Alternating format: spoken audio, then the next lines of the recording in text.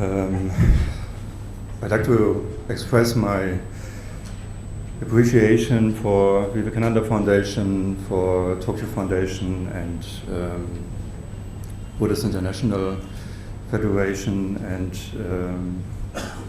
honorable chairs, distinguished guests. I'm very honored and pleased to have this rare opportunity to talk here today. It is hard not to, having heard already so many interesting talks before, not to become trivial and repeat the same things. I will not completely manage to, I'm afraid, but I'd like to highlight certain things, trying to take a look at especially from a more or less European perspective, of course, to the modern situation and certain forms of what can be identified as characteristic mindsets, maybe, for the modern situation, and to what degree I believe Hindu and Buddhist traditions can actually contribute in a very inspiring and significant way to meet the requirements given especially by the modern or late modern situation. We all agree, I guess, that it is important to analyze any given conflict from various perspectives: political perspective, sociological perspective, economical perspective, and so forth. But the main root of these conflicts will always be found within certain mindsets, attitudes, and stances of people. The circumstances of the situation are never a natural given. They are created by someone, by people who have motivations, by people who have certain reasonings, people who justify themselves in a certain way. So that is, if we try to look at the most general level, that is where we have to look in certain forms of mindsets. And this will be the trivial part, I guess, but it's quite obvious that any form of egocentric behavior, selfish behavior, or selfish attitude can be seen as the main problem. On a more on the level of concepts or ideologies, that would be represented in the form of completely self-immunize. What's it called? Immunize itself, a certain ideology, against any form of scrutiny, of dialogue, considering it too sacred or too obvious in some form, completely identifying a certain set of doctrines, of beliefs with the truth, and thereby creating the danger that the more immediate this identification becomes, the more justified it might be to being in exclusive possession of the truth, to act according of the content of whatever that truth might consist in, even aggressively against other people. So I think we can find these mindsets at work in modernity in certain ways. A mindset that is or the opposite of these problem-causing mindsets. So a mindset that is became more open, more altruistically motivated, I think can be seen at work in many achievements of modernity. Achievements in regard, political achievements, establishing the idea of inalienable human rights, for instance, abolishing slavery at some point, all these kinds of ethical achievements of modernity, and also to a certain degree the scientific achievements who made it necessary to have a skeptical attitude towards, in that context, mainly in Europe, a Christian tradition, to be able to go beyond, to question, to scrutinize, in principle, everything, starting from new, looking for what the evidence actually provides and keep an open mind. Now, paradoxically, in the course of modernity developing, this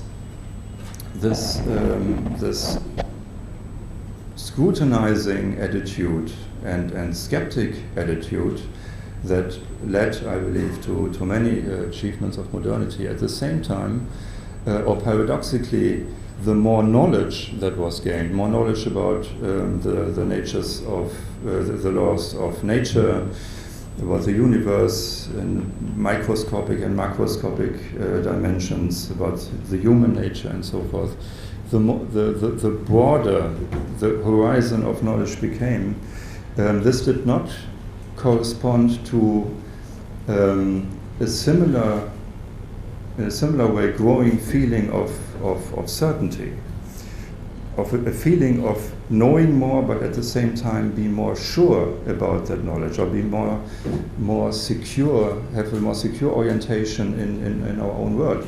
In fact, the opposite happened. The more knowledge developed, scientific knowledge especially developed, the more it became apparent about what we don't know, what we can't control, what we can't completely understand.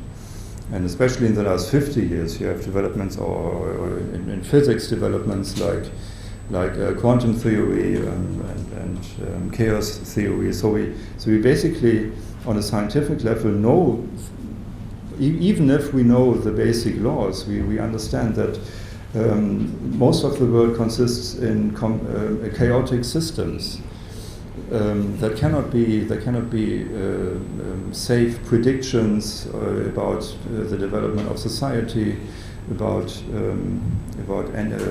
influence on the environment. Everything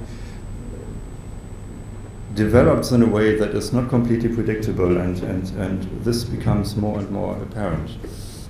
I think at the same level in philosophy, you could say that what used to be in modern times the basis of the foundation of knowledge, reason itself, also became successively scrutinized and dubious as being an actual reason.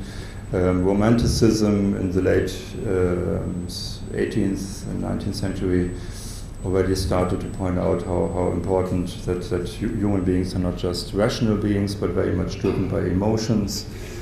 This continued by psychoanalysis, showing us that this rational part of us is like a small island, really in a large ocean of irrationality. So if we believe we have a completely neutral perspective for something, or are capable to achieve some kind of objective truth, we are in fact fooling ourselves. We are driven by hidden desires and notions, bound by our cultural context, by the nature of our language, and so forth. So even the very foundation in modern times of knowledge became dubious and lost the capacity to be an actual foundation.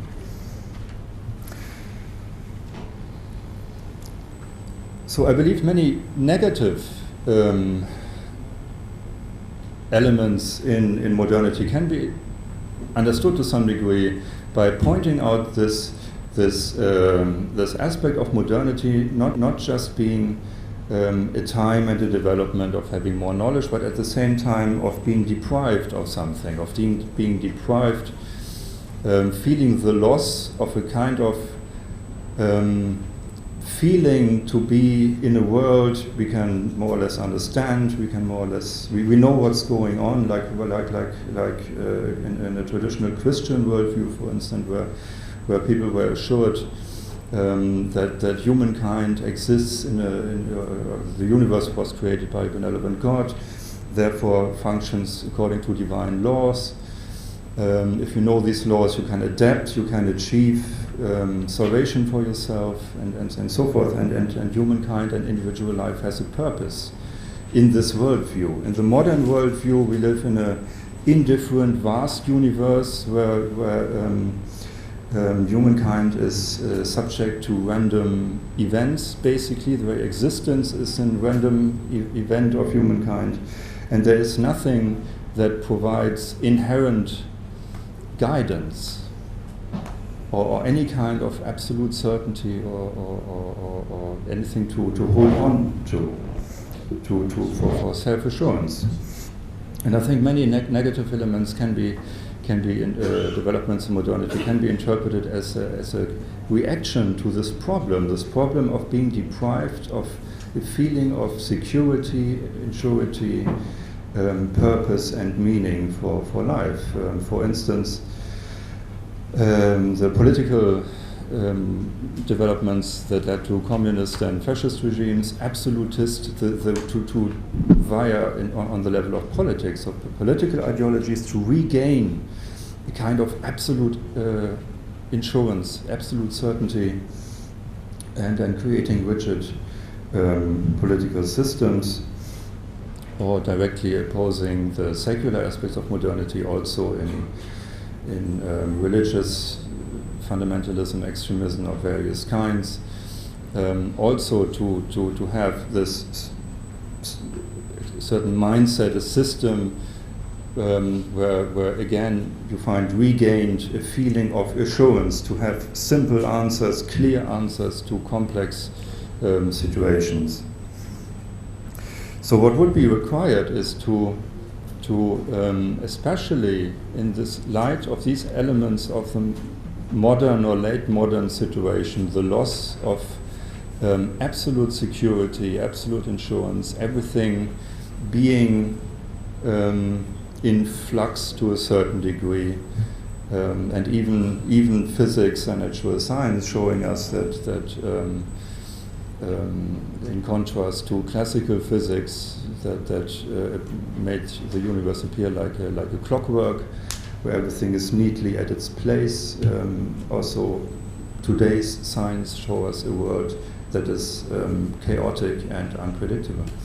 So to adapt to this accurately, it would require to acknowledge this, or to create or to have a mindset that is able to acknowledge this basic insecurity, incertitude, and avoids to strive to regain in any way an absolute standpoint, and is capable to accept diversity, plurality, accept that whatever one believes and holds to be true is not necessarily the one and only truth. And I think to some degree we do find inspiration in the Indian context, in the context of Buddhism and Hinduism. And I think, for time reasons, I will limit myself to one example from Buddhism. I had another example from the Bhagavad Gita, but this one will do to make my point, I guess. What always struck me about Buddhism is, in the context, or as far as we can tell from early Buddhism, it does not seem, it doesn't appear that Buddhism, the teachings of the Buddha, were intended to be a worldview in a similar way, just one more worldview next to the others already existing, answering the old questions or giving new answers to the old questions. There's this concept of avyakrita vastuni, for instance, the unanswerable questions. But instead, what is reached in Buddhism, or what I find very interesting and fascinating, is a kind of a meta level. It is not just about probably having or thinking about having the right or the wrong kind of worldview, but it's about certain problems that arise by having a worldview at all, regardless which one. And these problems arise in the way you relate two concepts, two worldviews, doctrines and systems. And if this relation to it, the understanding of your own convictions and beliefs, becomes too rigid, too much charged with attachment, too narrow, that I think can be identified as one of the main problems. And what we find in Buddhism, for instance, I have some citations here, but there's one term that makes it very clear. It's ditthi in Pali, or drishti in Sanskrit, which means as much as view. and which is frequently criticized in the Pali scriptures, but even to a higher degree in Madhyamaka scriptures, Nagarjuna, Chandrakirti, and so forth. I give you one citation that is from Sutta Nipata Paramataka Sutta in the English translation. I just read it out to you. Abandoning is about a monk, what a monk is supposed to think like. Abandoning beliefs he had previously embraced, without attachment to other beliefs, he does not seek support even in knowledge. He does not take sides amongst those who quarrel. He does not fall for any view whatsoever, view being ditthi. To attain a state of mind that is capable of to put some distance between you and your own beliefs, to not be completely enslaved by believing something to be true, then following up, believing this. If this is true, maybe many means are justified. Maybe even aggressive means are justified to fight for this truth against others. So to create a situation in a way unnecessarily, if you like, where you don't meet other people on a barely human level, but looking at someone else as representative of a certain set of doctrines, let's say, and if you don't agree with this set of doctrines, treating that person accordingly. So to get away of these unnecessary reasons for conflict would be a great achievement, and in many ways we can find this and ways especially to deal with plurality in the Indian Hindu and Buddha Dharma context, which is for the European context very important, because especially in Europe, confrontation with diversity is a rather recent phenomenon of the last decades, whereas India especially has been a place of diversity, and the task to deal with diversity has been much more important in Indian history. So that's where Europe can learn a lot, I think. Thank you very much. Before the next speaker,